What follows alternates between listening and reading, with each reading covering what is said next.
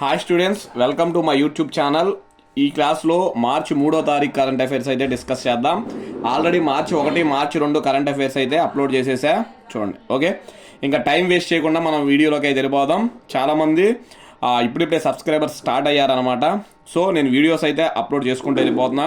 మీరు చేయాల్సిందల్లా జస్ట్ చిన్న లైక్ చేస్తే యూట్యూబ్ ఏమైందంటే కొంతమందికి వీడియోస్ని రిఫర్ చేసిద్ది అనమాట, అదవుతుందా? సో అలా కొంతమంది ఎక్కువ సబ్స్క్రైబర్ వస్తారని ఆశ, అంతే. అందుకే మిమ్మల్ని లైక్ చేయమన్నా. ప్లీజ్ దయచేసి వీడియో చూసే వాళ్ళందరూ కూడా లైక్ చేయండి.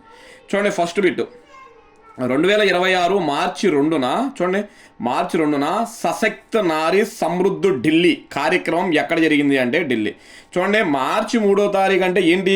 మార్చి 2వ తారీఖు జరిగినవి అన్నీ మార్చి 3వ తారీఖు దాంట్లో చెప్పుకుంటాం. 3వ తారీఖు జరిగినాయి 4వ తారీఖు, అలా అనమాట. ఓకే, 2026 మార్చి 2న సశక్త నారీ సమృద్ధి ఢిల్లీ కార్యక్రమం ఎక్కడ జరిగింది అంటే ఢిల్లీలో జరిగిందనమాట. ఓకే, గౌరవనీయులైన రాష్ట్రపతి ద్రౌపది ముర్ము మార్చి 2, 2026న న్యూఢిల్లీలో జరిగిన కార్యక్రమంలో ఢిల్లీ ప్రభుత్వం యొక్క 4 మహిళా కేంద్రీకృత సంక్షేమ పథకాలను ప్రారంభించారు.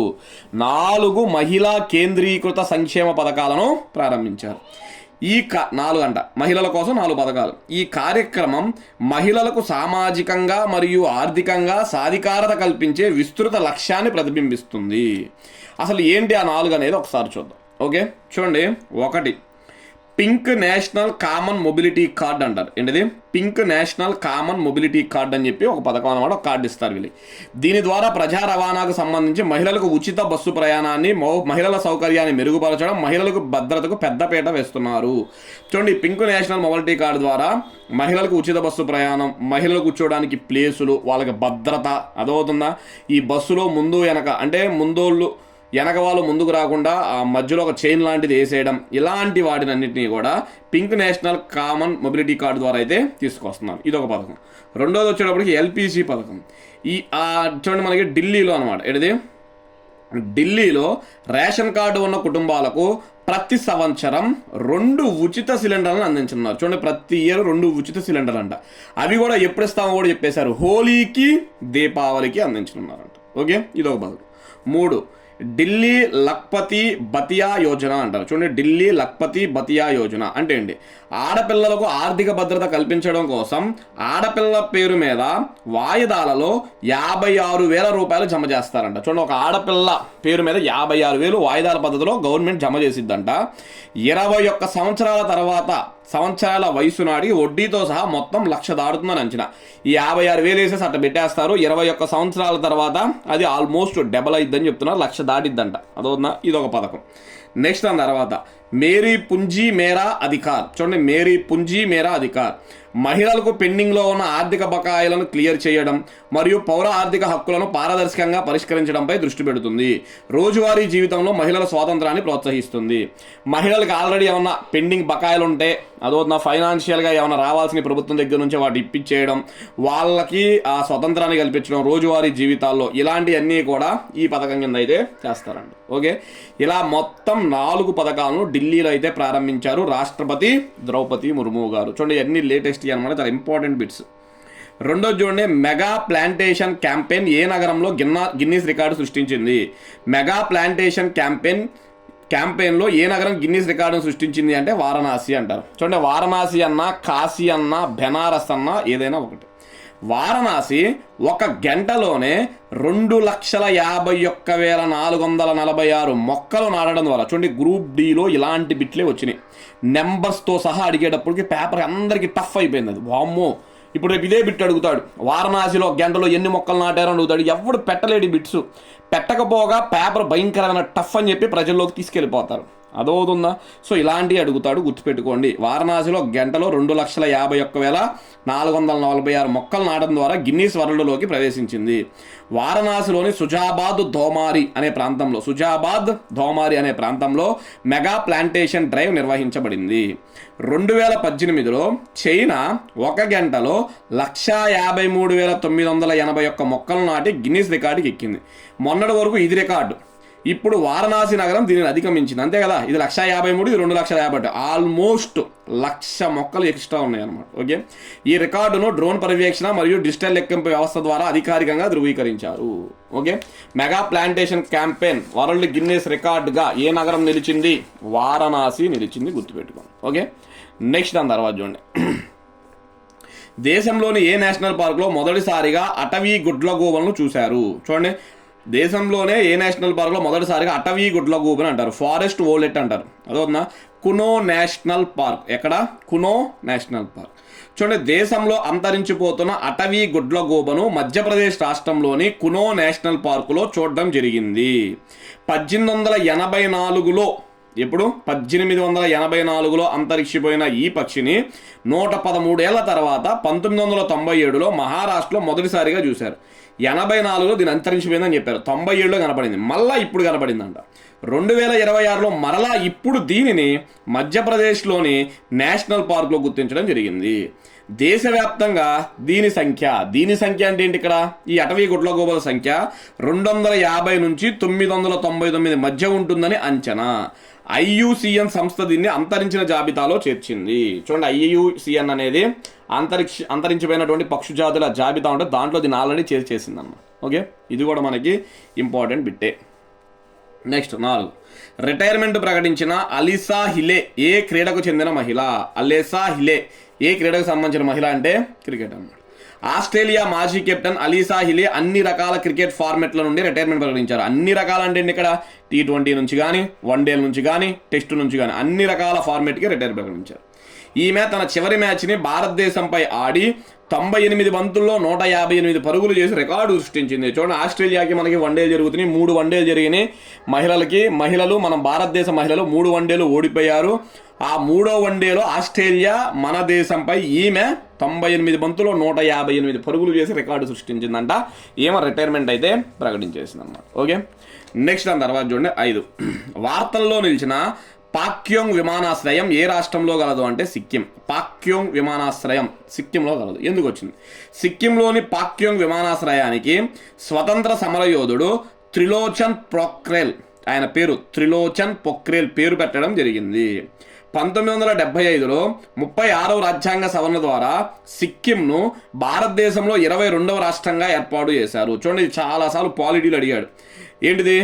సిక్కిం భారతదేశంలో ఎన్నో రాష్ట్రంగా ఏర్పడింది? 22వ రాష్ట్రం. సిక్కింకు రాష్ట్ర హోదా ఏ సంవత్సరం ఇచ్చారు? 1975. ఎన్నో అమెండ్మెంట్, ఎన్నో రాజ్యాంగ సవరణ? 36వ రాజ్యాంగ సవరణ అనమాట. ఓకే, చాలాసార్లు ఎగ్జామ్లు అడిగారు. భారతదేశంలో జనాభా తక్కువగా ఉన్న రాష్ట్రం ఏంటి? సిక్కిం.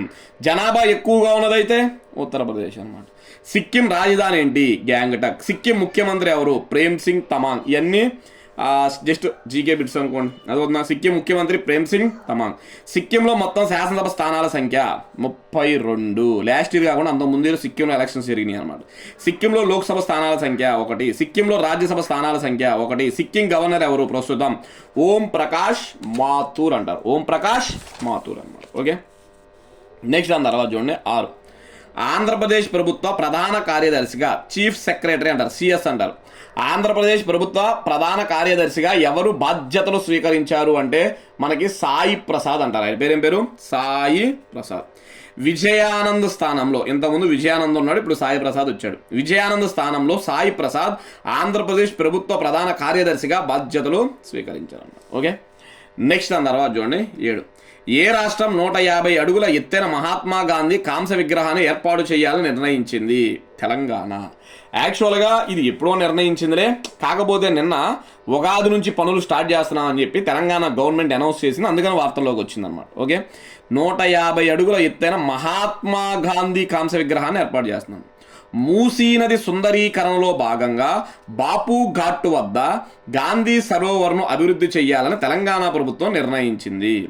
మూసీ నది, ఈసా నది, గోదావరి నదులతో త్రివేణి సంగమంగా అభివృద్ధి చేయనున్న బాపు ఘాటులోనే 150 అడుగుల ఎత్తైన మహాత్మా గాంధీ కాంస్య విగ్రహాన్ని ఏర్పాటు చేయాలని తెలంగాణ ముఖ్యమంత్రి సీఎం రేవంత్ రెడ్డి గారు అయితే నిర్ణయించారు. చూడండి, 3 నదులు అంట, మూసి, ఈసా, గోదావరి. దీన్ని త్రివేణి సంగమం అంటారు. అక్కడ ఈ బాపు ఘాటును ఏర్పాటు చేస్తున్నారు. గాంధీ సరోవరం దానికి పేరు పెట్టారు. ఇక్కడే 150 అడుగుల ఒక విగ్రహాన్ని అయితే ఏర్పాటు చేస్తున్నారంట. అదవుతుందా? ఇది కూడా మనకి చాలా చాలా ఇంపార్టెంట్ బిట్టే. ఉగాది నుంచి గాంధీ సరోవర్ అభివృద్ధి పనులు ప్రారంభించనున్నట్టు తెలిపారు. దీంతో ప్రపంచంలో అత్యంత ఎత్తైన మహానీయుడి విగ్రహం ఇదే కానుంది. ప్రస్తుతం మన దేశంలో అత్యంత ఎత్తైన గాంధీ కాంస్య విగ్రహం పాట్నాలోని గాంధీ మైదానం. పాట్నా అంటే ఏ స్టేట్? మళ్ళా బీహార్ స్టేట్ అనమాట. ఏ స్టేట్ మనకి? బీహారు స్టేట్ అనమాట. అదవుతుందా? బీహార్లోని పాట్నాలో గాంధీ మైదానంలో ఉంది. దీని ఎత్తు 72 అడుగులు అంట. ఎంత? 72. ఇప్పుడు 150 అడుగుల ఎత్తుతో అయితే కట్టబోతున్నారు, గుర్తుపెట్టుకోండి. ఓకే, నెక్స్ట్ దాని తర్వాత చూడండి 8. ఢిల్లీ చూడండి, తల్లి నుండి బిడ్డకు హెచ్ఐవి మరియు సిఫిలిస్ సంక్రమణను తొలగించిన మొదటి యూరోపియన్ యూనియన్ దేశంగా ఏది నిలిచింది? తల్లి నుండి ఇక్కడ నుండి అనబడాలి. ఓకే, తల్లి నుండి బిడ్డకు హెచ్ఐవి మరియు సిఫిలిస్ సంక్రమణం తొలగించిన మొదటి యూరోపియన్ యూనియన్ దేశంగా ఏది నిలిచింది అంటే డెన్మార్క్ నిలిచింది. ఏంటిది? డెన్మార్క్. ఏ రాష్ట్ర ప్రభుత్వం ఆర్టీసీ బస్సుల్లో దివ్యాంగులకు ఉచిత ప్రయాణాన్ని కల్పించింది అంటే ఆంధ్రప్రదేశ్. చూడండి, ఏ రాష్ట్ర ప్రభుత్వం ఆర్టీసీ బస్సులో దివ్యాంగులకు ఉచిత ప్రయాణాన్ని కల్పించింది అంటే ఆంధ్రప్రదేశ్ అన్నమాట. ఆంధ్రప్రదేశ్ రాష్ట్రంలో ఇప్పటికే శ్రీశక్తి పేరుతో మహిళలకు ఉచిత బస్సు ప్రయాణాన్ని అందిస్తున్నారు. శ్రీశక్తి బస్సుల్లో ఇకపై మహిళలతో పాటు దివ్యాంగులకు కూడా ఉచిత ప్రయాణాన్ని అయితే అందించనున్నారన్నమాట. ఓకే, ఇంపార్టెంట్, గుర్తుపెట్టుకోండి. నెక్స్ట్ 10. 3వ ప్రపంచ తెలుగు మహాసభలు ఎక్కడ జరిగాయి? అమలాపురంలో జరిగాయి. ఎక్కడ? అమలాపురం ప్రపంచ తెలుగు మహాసభలు అంట. ఆంధ్రప్రదేశ్ రాష్ట్రంలోని డాక్టర్ బిఆర్ అంబేద్కర్ కోనసీమ జిల్లాలోని అమలాపురంలో కిమ్స్ మెడికల్ కాలేజ్ ప్రాంగణంలో 3వ ప్రపంచ తెలుగు మహాసభలు జరిగాయి. ఈ కార్యక్రమానికి ముఖ్య అతిథులుగా ఆంధ్రప్రదేశ్ గవర్నర్ అబ్దుల్ నజీర్, తెలంగాణ గవర్నర్ జిష్ణుదేవ్ వర్మ హాజరయ్యారు. చూడండి, 2 తెలుగు రాష్ట్రాల గవర్నర్లు అయితే దీనికి హాజరయ్యారన్నమాట. ఓకే, నెక్స్ట్ దాని తర్వాత 11. భారత పర్యటనకు వచ్చిన మార్క్ కార్నీ ఏ దేశ ప్రధాని? చూడండి, మీరు ఇలా పేపర్ తీసుకున్నట్లయితే ఫస్ట్ పేపర్లోనే ఉందన్నమాట. భారత పర్యటనకు వచ్చిన మార్క్ కార్నీ ఏ దేశ ప్రధాని? కెనడా. భారత్ కెనడా సంబంధాలు గాడిలో పడ్డాయి. యురేనియం మరియు కీలక ఖనిజాల సరఫరా సహా పలు కీలక ఒప్పందాలపై 2 దేశాలు సంతకం చేశాయి. భారత పర్యటనలో ఉన్న కెనడా ప్రధాని మార్క్ కార్నీ మార్చి 2 అంటే నిన్నే అనమాట, మార్చి 2న ప్రధాని నరేంద్ర మోడీతో ఢిల్లీలో సమావేశం అయ్యారు. చూడండి, మొన్న మీరే అడిగారు, నన్ను ఎవరో కామెంట్ పెట్టారు, సార్ చెప్పేటప్పుడు కొంచెం మొన్న గ్రూప్ డిలో మంత్ డేట్లతో సహా అడిగాడు సార్, సో కుదిరితే ఇలా డేట్లు పెట్టండి అన్నారు. అందుకే నేను అప్పటి నుంచి డేట్స్ కూడా యాడ్ చేసుకుంటా వస్తున్నా. అదవుతుందా? సో మార్చి 2 అంటే నిన్నే అనమాట కెనడా ప్రధాని కెనడా ప్రధాని మార్క్ కార్నీ, మోడీ గారు ఇద్దరు ఢిల్లీలో అయితే సమావేశం అయ్యారు. 2030 కల్లా వార్షిక ద్వైపాక్షిక వాణిజ్యం $50 బిలియన్ల చేరాలని లక్ష్యంగా పెట్టుకున్నారు. $2.6 మిలియన్ యురేనియం సరఫరా ఒప్పందం కింద భారత పౌర అణుశక్తి రంగానికి కెనడా మద్దతు అయితే ఇవ్వనుందన్నమాట. ఓకే, నెక్స్ట్ దాని తర్వాత చూడండి, ఖలిస్తాన్ ఏర్పాటువాది హర్దీప్ సింగ్ నిజ్జర్ హత్యలో భారత ప్రమేయం ఉందని 2023లో కెనడా ప్రధాని ఆరోపించారు. చూడండి, హర్దీప్ సింగ్ నిజ్జర్ అనే వ్యక్తిని 2023లో చంపేశారు. దాంట్లో భారతదేశ హస్తం ఉందని చెప్పి కెనడా వాదిస్తుంది. దీనితో 2 దేశాల మధ్య దూరం పెరిగిపోయింది. ఇప్పుడు ఆ దూరాన్ని పక్కన పెట్టి మళ్ళీ 2 దేశాలు అయితే కలిసిపోయినాయి అనమాట. ఓకే, నెక్స్ట్ దాని తర్వాత 12. చూడండి, ఇది కూడా ఇవాళ ఈనాడు పేపర్లో ఫస్ట్ పేజీలోనే వచ్చింది. ఫస్ట్ పేజీలో ఈనాడు పేపర్ ఓపెన్ చేయగానే ఫస్ట్లో హాఫ్ పేజీ ఇదే ఉందన్నమాట. ఓకే, వార్తల్లో నిలిచిన వంతారా కేంద్రం ఏ రాష్ట్రంలో కలదు అంటే గుజరాత్లో కలదు. వార్తల్లో నిలిచిన వంతారా కేంద్రం గుజరాత్లో కలదు. గుజరాత్లోని జామ్నగర్లో ప్రధానమంత్రి నరేంద్ర మోడీచే ప్రారంభించబడిన వంతారా 1 సంవత్సరం పూర్తి చేసుకుంది. చూడండి, అప్పుడే 1 year అయిపోయిందంట.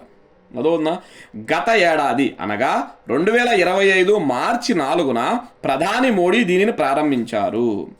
దీనిని అనంత్ ముఖేష్ అంబానీ స్థాపించినటువంటి విషయం మనకు తెలిసిందే. చూడండి, దీన్ని ఎవరు స్థాపించారంట? అనంత్ ముఖేష్ ముఖేష్ అంబానీ గారు స్థాపించారంట. ఇందులో అంటే ఈ వంతారా కేంద్రంలో పెద్ద పిల్లులు, సరీసృపాలు, వానర సంతతి, పక్షులు, ఇతర క్షీరదాలు ఇలా చాలా అయితే ఈ వంతారా కేంద్రంలో ఉన్నాయి. గుజరాత్లోని జామ్నగర్లో ఉన్నాయి.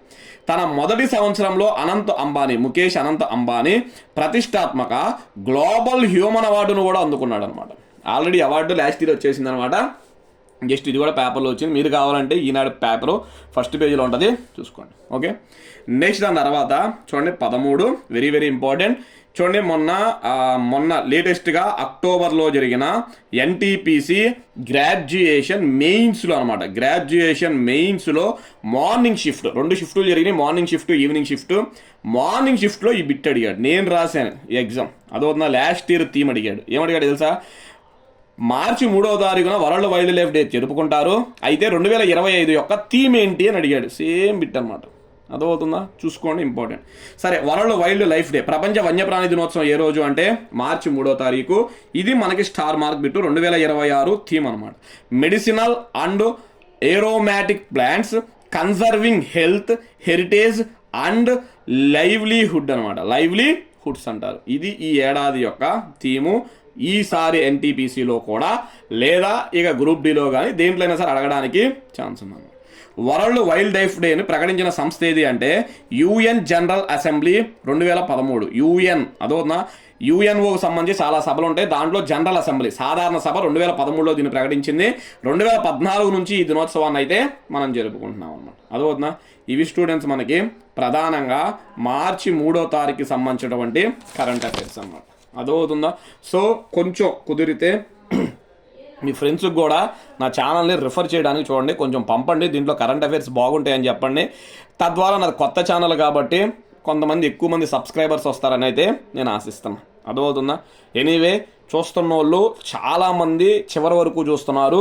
నాకు ఇక్కడ ఎంతసేపు చూస్తున్నారు అనేది యావరేజ్గా నాకు టైం తెలిసిపోద్ది అనమాట నా యూట్యూబ్ ఛానల్ సెట్టింగ్స్లోకి వెళ్తే. సో చూసేది తక్కువే, కానీ చాలామంది చివరి వరకు చూస్తున్నారు అనమాట. అది నాకు చాలా ప్లస్ అవుతుంది. అదవుతుందా? సో మర్చిపోకుండా అందరూ లైక్ అయితే చేయండి. Thank you.